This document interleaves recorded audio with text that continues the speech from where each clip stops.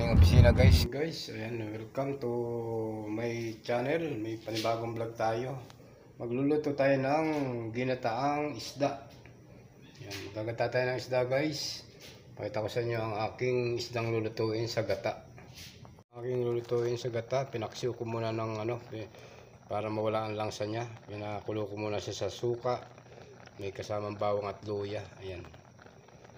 Pag naiga-iga na guys, lalagyan natin ng ilalagay natin yung gata, kamatis, sibuyas. Ayan, malapit na siya maiga guys. Ilalagay natin yung ating sibuyas at kamatis. Tapos saka natin ilalagay yung gata. Guys, gagamit tayo ng pichay sa ating ginataang isda. Ayan. Sariwa-sariwa ang ating pichay. Tapos ito naman yung ating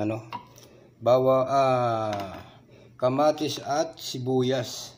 Yung pinaksiw ko guys, may bawang at na yung luya nakalagay, kaya hindi ko na kailangan mag-additional ng bawang at luya. Okay na to. Yan yung ating kamatis at sibuyas. Gumamit tayo ng ating suka guys sa ating pagluluto ng paksiw. Pinaksiw ko muna siya bago ko siya gagataan. Gumamit din tayo ng paminta guys. Ito paminta, ito nakalagay lang sa buti ng juice. Kasi ito yung ating bitsin. Wala tayong magic syrup, na ubos na, kaya bitsin na lang ating gagamitin sa ating ginataang isda. Ayan, abangan nyo ang aking pagluluto. Sa ating gagamitin gata, ayan, coconut milk. Ayan, inunaw ko yung coconut powder sa mainit na tubig guys. Ayan, para hindi siya magbuo-buo. Saka natin ilalagay yan mamaya.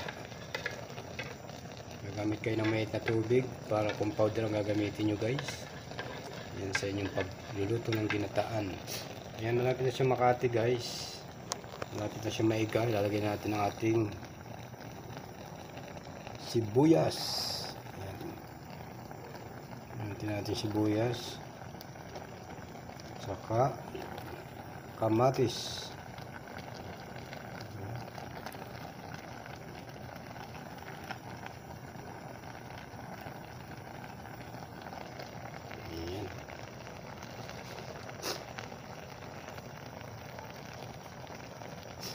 Saka natin siya tatakpan muna nang maluto yung kamatis at sibuyas. Takpan muna natin siya guys, mga ilang minuto lang. Palagay na guys yung ating pichay. Naglagay ako ng pichay kasi babawasan natin yung ating gata. Habang ayan, depende sa inyo guys kung gusto nyo maraming sabaw ang inyong ginataan, damihan nyo ng gata. Sa akin, isang cup lang na ganito, okay na. Ayan. Tapos wag nyo tatakpan pag kayo nagluto ng gata guys. Wag nyo tatakpan, kaya nyo lang kumulo kasi magbubuo ang inyong nilutong ginataan. Magbubuo siya, magkakameron ng latik-latik siya kapag tinakpan na yung tinakpan guys. Kaya hayaan mo lang siyang kumulo hanggang sa maluto yung ating gulay. Bali yung isda guys luto na. Titikman lang natin kung okay na ba yung alat niya. Yan, hayaan natin maluto yung gulay sa ginata, sa ating gata.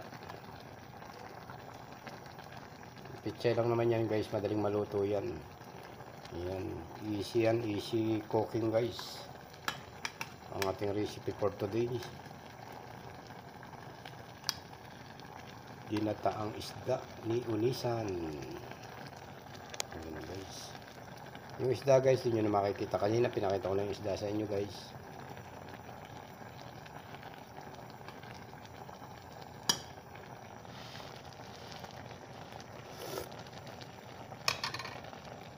Guys, kuluan na siya.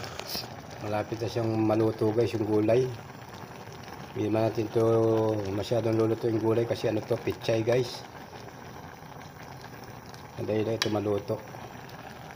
Easy cook lang yan guys. Ayan. Ang ating recipe.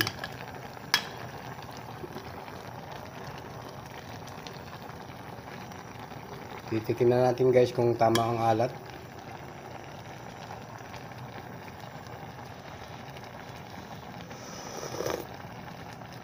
Okay na guys. Yan, pag naggata kayo guys ng isda, pag nilagay nyo na yung gata, huwag nyo natatakpan. Hayaan nyo lang siyang kulo ng kulo yung ating gata. Kasi pag tinakpan nyo guys, magbubuo-buo ang gata. Kaya sa mga hindi mahilig magluto ng ginataan, first time nyo magluluto, kapag nagluluto kayo ng ginataan na isda, huwag nyo nang tatakpan pag nilagay nyo na yung gata. Hayaan nyo nang maluto, hayaan nyo nang kumulo hanggang sa maluto ay inyong recipe. Yan, okay na yan guys. Thank you for watching. Yan, ginataang isda ni Unisan. Yan, luto na guys. Yan, okay na yan, luto na kasi kulong-kulo na.